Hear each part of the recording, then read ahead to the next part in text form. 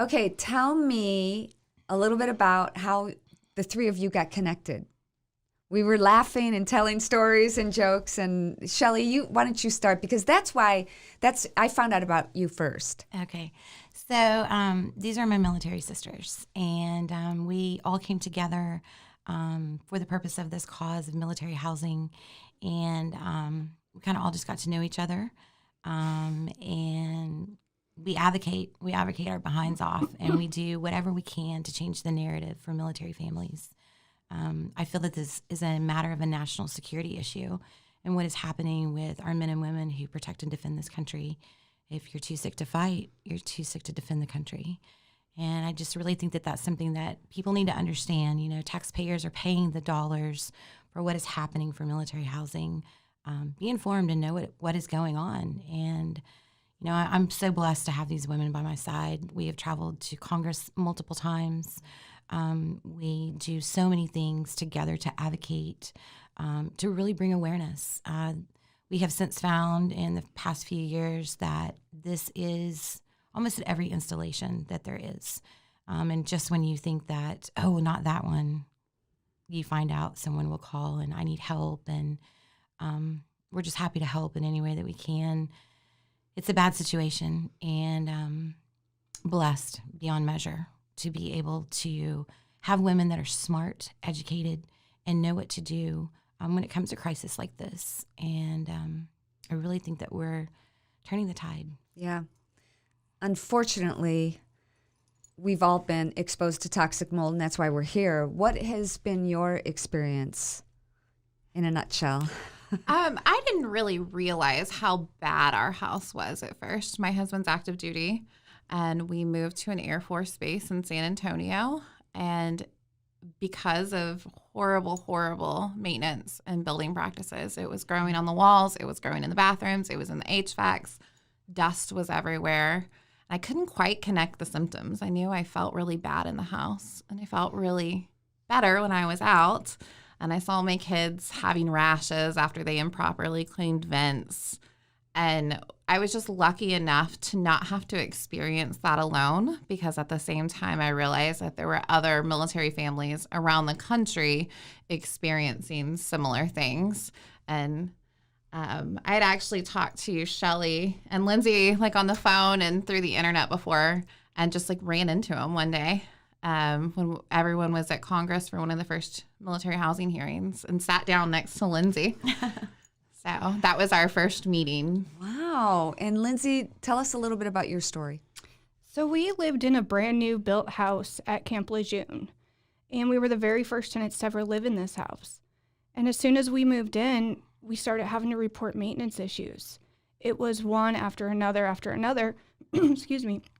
And, you think of moving into a new home, it's going to have a couple, nicks and cracks that you got to fix. And over time, there was so much visible mold growing out of random spots that we were just like, what is going on? Could you just properly fix this house?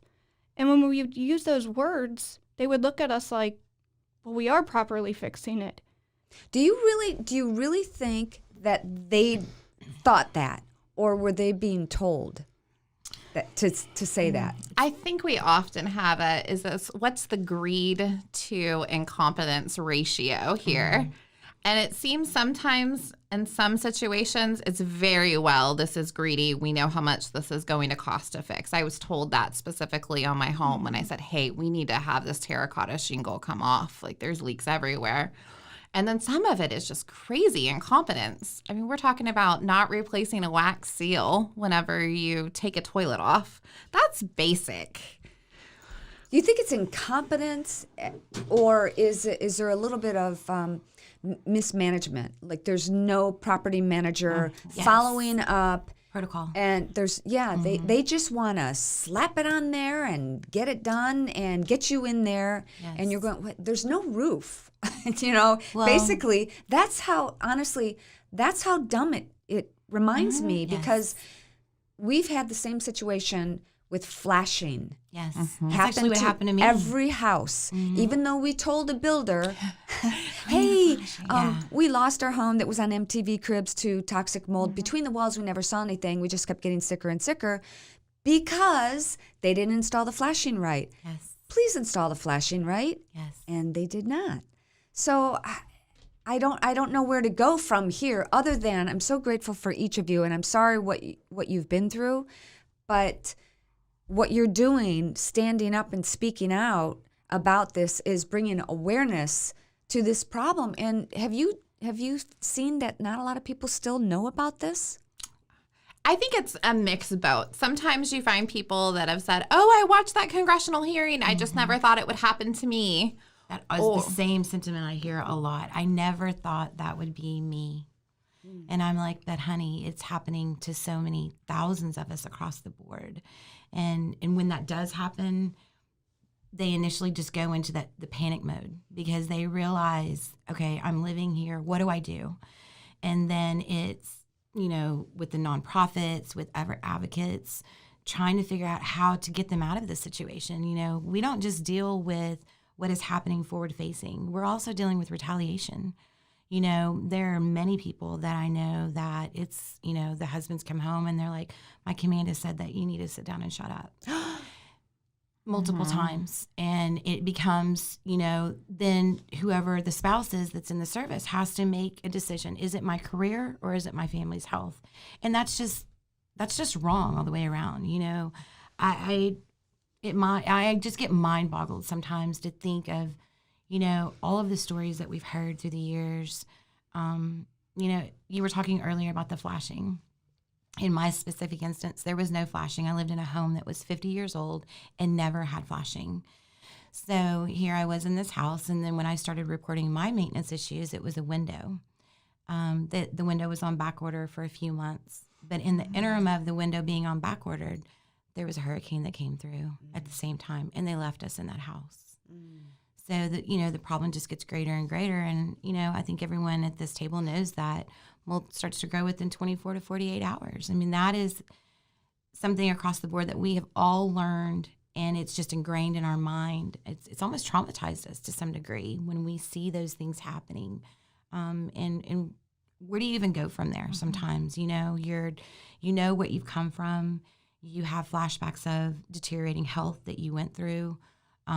And you kind of go into a panic mode into some degree. It's PTSD. I mean, absolutely. Really. And Lindsay, you were saying that one of the hardest parts is because you're moving a lot in the military.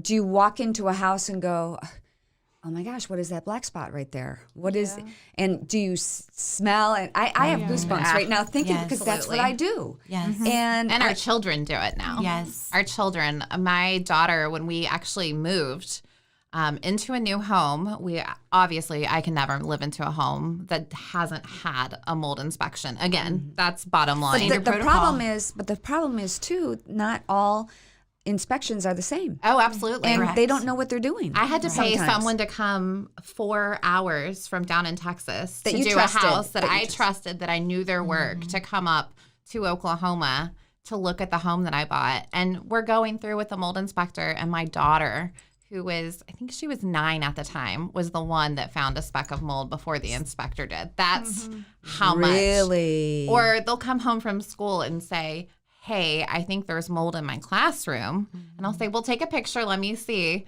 And it'll be not mold. We haven't had that problem, luckily, in our schools. But that's how aware they are. That's awesome. Tell me a little bit about your kids. How sick did they get? They were so sick. The way it really started with me was I had a kid that had visible health concerns. Had no idea what it was. All I knew is up and down the highway every week with this kid. She would have these weird ulcers coming out of her mouth. They were so big that they came out onto her lips. She was so traumatized by the appearance that she had, but eventually those ulcers traveled through her body. She would have 106 style fever for 10 days. And they were just saying that it was okay to take some Tylenol and ibuprofen, and it's now an autoimmune issue. So you look at those, but then I had 2 other children that I couldn't see what was going on with them, but their neurological issues that kicked in has affected them so bad that still to this day, we can't seem to get out of it. It's like no matter where we go, no matter what we do, we always have that problem trying to remember our words, trying to, have interviews like this to give hope to people, because there is hope out there. Mm-hmm. And in our case, we found out about the IICRC, and it opened up our eyes on now moving forward what to do, because we have so many people on our side and understand about the word containment. We never had that before. We never knew what that was. Every time someone would come in and just rip it out, we were sitting there watching it. Had no clue. That's actually what happened to me. They came in with no containment and ripped it open. I had a mold test that was conducted about a week after. Before we go there, just in case somebody's here for the first time, what is IICRC and what is containment? Yes, so the IICRC actually has a set standard of protocol. It's called the S520, and it's actually a remediation protocol. It tells you step by step what it is that you do. They are actually a nonprofit, but what they do is they teach that to companies like ServPro. So they are actually the gold standard in the industry for what it looks like for remediation. And the majority of people do follow that because it's an ironclad type thing, to make sure that you're doing all of the proper things so that you don't spread those spores. So, like I said, in my situation, they just came and cut into my wall. When they actually did, it set off the smoke detector. There were thousands of spores that were pouring out of the wall, and I came around the corner and mass inundated.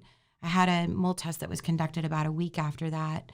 I had 33,000 Stachybotrys per cubic meter. So I mass inundated all of those things. In addition to that, wall was literally 6 inches from my head.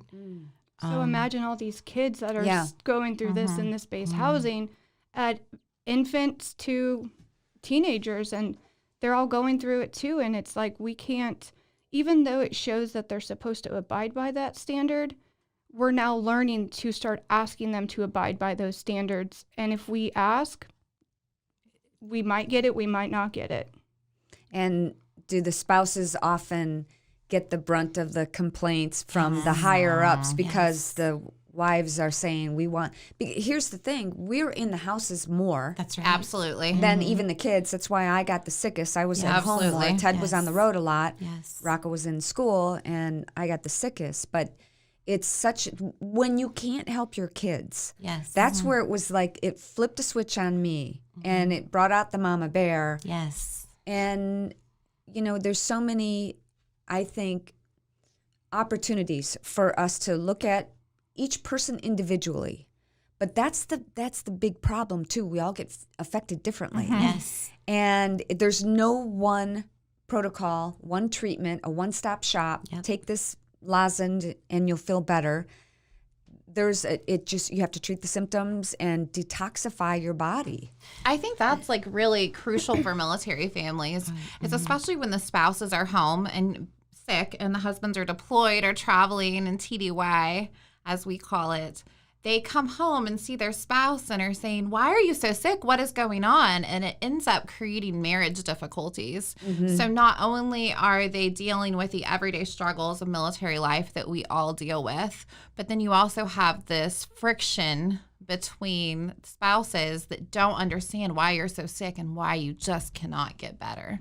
Well, let me add to that. I think the travesty in this whole thing is that when the majority of these military families go to medical providers on base, they aren't getting any help. And so it causes multiple problems within a problem. So, not only are you sick, but you continue to go to different treating facilities within base, or maybe even they refer you off base. But at the same time, as we have since found out, they're physically telling them, mold isn't a problem and mold doesn't make you sick. So, as you're trying to figure this out, as the circle wraps back around, everybody needs to understand that all of that money comes from a slush fund, for medical, for the DOD, for what we're allotted every year. We're running up the TRICARE bill in leaps and bounds, when if we could just go backwards, have functional medicine doctors at every facility, be able to triage those problems and nip it at the bud from the beginning, look at all the money that we would save, Yeah. and we'd be well. And have the facilities built properly. Absolutely. It's a twofold. That's part of the big issue is when this first started and military housing came to light in 2019. They said, oh, well, a lot of these homes are really old. They're so old. And Lindsay's like the perfect Brand new example. house. Yeah. First tenant in a brand new home. And you're all excited when you get offered that brand new, bigger home. 'Cause it never Right. On the happened. water. Yeah. We've gone, when Ted was on the road, we lost our home. We were literally homeless. We had to film. We had a contract to film MTV, back when, MTV was probably a surviving Nugent. We couldn't go in our house, so we were living in a fifth wheel. And then we were on the property to film the whole show. And then when we were, Ted's got to work. He's got to go on the road. So he rented this brand new tour bus, brand new, stupidly expensive, rented it. We didn't buy it. I literally opened the door and went, Yeah. I can't go in. Because people don't realize the VOCs, volatile organic compounds, will cause you to get... Those of us who have been affected by mold most often have multiple chemical sensitivity. Yes. And so it's like, I was doing an interview the other day and somebody said, well, I'm so glad that you're well. I'm so glad to see you look great. It's like, is it not?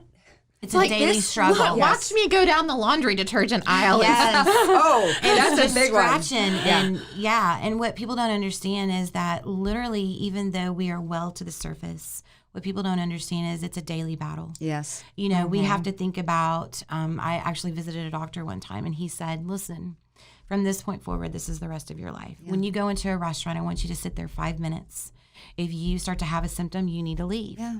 And your body will tell you, you are now a canary to these things. And it will, if you will just pay attention, you'll be able to save yourself from the heartache of having to detox and go back through it all over again.